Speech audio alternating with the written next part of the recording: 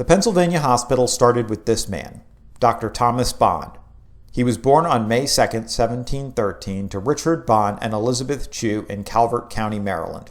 He studied medicine with Dr. Alexander Hamilton in Annapolis and went to England to study medicine abroad in 1738. Dr. Bond returned to Philadelphia in 1739, and 2 years later he was appointed Port Inspector for Contagious Diseases, a position that may have helped him see a need for a hospital. In 1750, Dr. Bond wanted to start a hospital.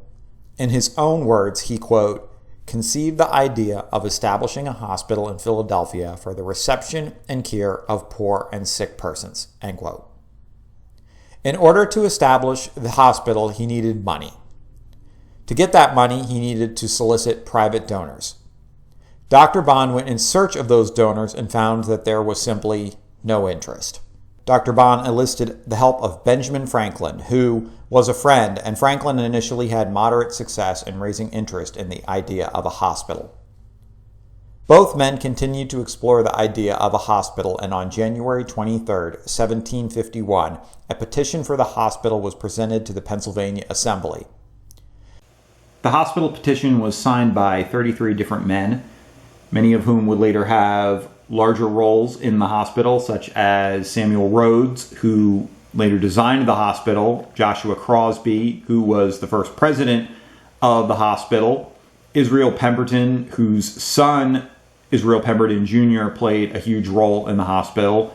And here you have Anthony Morris. The Morris family owned a house that is near the current hospital that is now a hotel. And what's interesting is the same Anthony Morris who signed this hospital petition, I was able to acquire a land grant that is actually signed by that Anthony Morris. Soon after the hospital petition was presented to the Pennsylvania Assembly, a hospital bill was drawn up. Although Governor James Hamilton initially had some issue with the hospital bill, he signed it on May 11, 1751, and the hospital was formed. So here I have an original land grant that is actually signed by James Hamilton. Here you can see the Penn seal, and you have Thomas Penn and Richard Penn at the top of the grant. And I think it's pretty neat that the same person who signed the hospital bill into law and formed the hospital actually signed this land grant. All of the donors who contributed more than £10 to the hospital were considered contributors and allowed to attend meetings. Their first meeting was held at the Pennsylvania State House, now known as Independence Hall, on July 1, 1751. Just a day later, on July 2, 1751, they met at Widow Pratt's Royal Standard Tavern on Market Street, and they formed the Board of Managers, consisting of 12 people, and elected Joshua Crosby as the president. The first order of business was to establish a site for the hospital. They hoped to get land from the proprietor Thomas Penn by way of Governor James Hamilton, but the process was slow going. They had selected a site on the south side of Arch Street between 9th and 10th Avenue, but it ended up not working out. On July 12, 1751, a seal for the hospital was ordered to be made.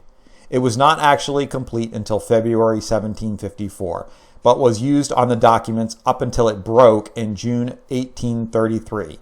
After which a new seal was created. This is a Pennsylvania hospital document from 1794 that I was able to acquire at auction. It is made out to Philip Physick and signed by the treasurer Mordecai Lewis. As you can see in the upper left-hand corner, the original hospital seal was used on this document.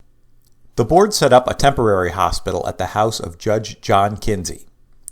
John Kinsey, who had passed away a year earlier in 1750, had scammed the General Loan Office out of £3,000, and in an effort to settle his estate and repair his reputation, Israel Pemberton Sr. pushed hard to make the Kinsey House the site of the first hospital. The house was rented on October 12, 1751 at £40 a year, with £25 going towards repairs of the house. On October 23, 1751, 3 physicians offered their services free for 3 years. They were Dr. Thomas Bond, Dr. Lloyd Zachary, and Dr. Phineas Bond. Elizabeth Gardner was elected as matron.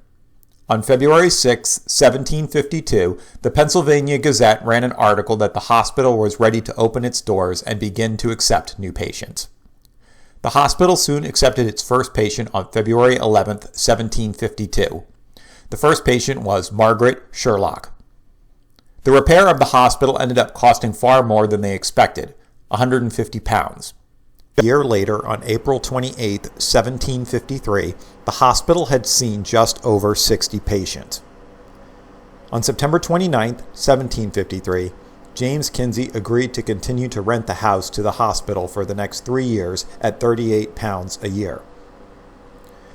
There was some confusion over where the original site of the hospital was located. This stems from an error in the 1895 book, History of the Pennsylvania Hospital.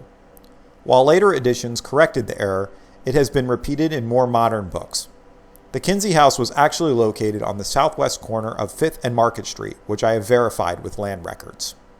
Here I am outside Independence Hall Visitor Center, and this is Market Street here. And at the corner of 6th and Market, that would have been where the President's house is. And if you go down here, at the corner of 5th and Market would have been the site of Judge Kinsey's house, and this would have been the location of the Pennsylvania Hospital, the first site. And in the background here, you can see Independence Hall. In order to raise money to build a new hospital, Benjamin Franklin wrote a book called Some Account of the Pennsylvania Hospital, and had it published in May 1754. Franklin had an initial printing of 1,500 copies done in his print shop on Market Street. Very few of the original copies still survive, and ones for sale generally go for over $20,000. It was also around this time that Franklin had these promissory notes printed to facilitate raising money to build the new hospital. Soon 4 additional doctors were brought on to handle the influx of patients. They were Dr. Thomas Cadwallader, Dr. John Redmond, and Dr. Samuel Preston Moore. When Lord Zachary had a stroke in 1753, he was replaced by William Shippen Sr. Here is a copy of a letter from 1774 that is related to the hospital, that is signed by some of the original doctors of the hospital. You have Thomas Cadwallader, Thomas Bond, William Shippen, John Redmond, and John Morgan. Now, it's very rare to actually be able to acquire any of these signatures. However, I did find a land grant that is actually signed by this William Shippen. You can see the William Shippen there under Thomas Bond's signature, and there's the original signature on the land grant. On September 11, 1754, the managers of the hospital had raised enough money to purchase a lot between 8th and 9th Street and Spruce and Pine. The purchase price was about £500, and it was purchased from the Free Society of Traders. The deed was drawn up on November 15th and signed about a month later on December 7th. This would become the permanent site of the hospital. The building was designed by Samuel Rhodes and Joseph Fox. A plan for the building was submitted in January of 1755. It was English architecture. It was decided about 2 months later that they were only going to complete one wing, the East Wing, at a cost of about £3,000. The managers viewed the hospital location on March 15th and agreed the south front of the East Wing would set back about 150 feet from Pine Street, and the east front of the hospital would set back about 60 feet from 8th Street. On May 28, 1755, the cornerstone was laid. The building was finished in November 1756, just 13 months later. All patients were moved from the temporary location at the Judge Kinsey House to the new hospital location. The original hospital structure still exists.